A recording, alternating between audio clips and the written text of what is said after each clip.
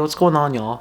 Welcome back to another video. Today is more of a serious type of video. It's not really any type of league.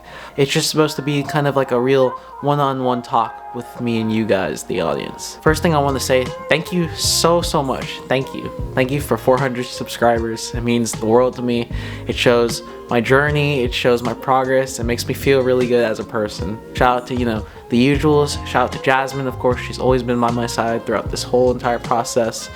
Cam, Sam, Will, a lot of people I have to be grateful for. The bowling community, it means a lot to me as a person because, it's like a second family. This video isn't scripted. It's not my usual type of content. It's just something I really wanted to talk about. Today we're going to be talking about the bowling slump. I think it's really important when you're talking about bowling to not only show you guys in this channel like the great moments that we have, but I think it's really important to show the bad moments per se. The bowling slump is something that is really important. It's something that I feel like every bowler who is getting serious about the game goes through. I've gone through it, Jasmine's gone through it, my dad's gone through it, any bowler goes through it who actually wants to be serious about this game. So one of my biggest goals that I wanted to have as a bowler was not to make the PBA per se. I really wanted to bowl a regional. That's one of my biggest goals I've ever wanted to do. I wanted to bowl nationals. Let me show you guys this. We have a photo over here. This is Baton Rouge 2025. We managed to be able to do this together. It's all thanks to her.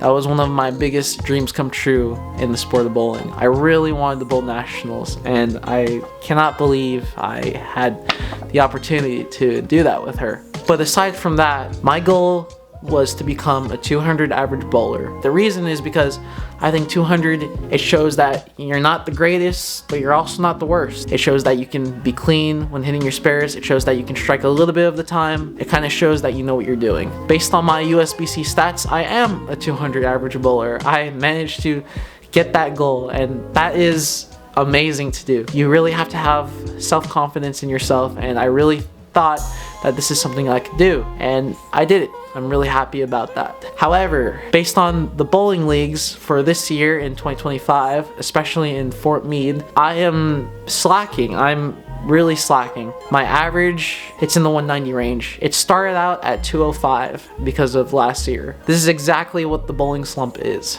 There are different types of bowling slumps, I want to say. One of the big YouTubers that I really looked up to in the bowling community at the time was Darren Tang.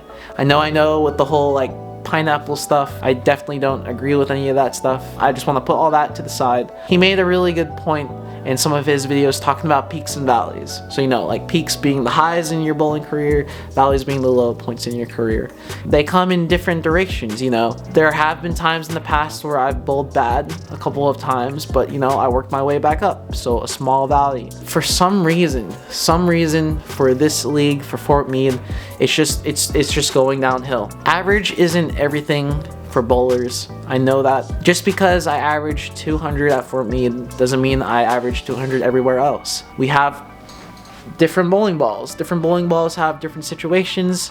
There's different lane conditions. I know all this stuff. But to be consistently going below my 200 average, this has been for around at least a month now. It's just really sad. What I really want to emphasize is, if you're in this situation, I need you to stay motivated, okay? This is something that we need to work on together. It's just a valley. Things will definitely get better, I promise. They'll get better. As of last week, I actually shot 700. I shot a 700 series, and it's been so long since I shot a 700 series, but I ended up getting it. There might be a time in your bowling career where you might want to quit.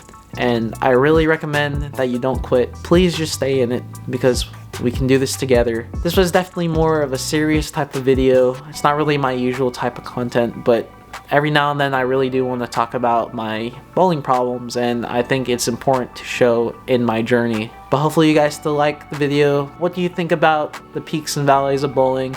Has there ever been a time where you actually wanted to quit yourself? Really looking forward for more content, and I'll see you soon.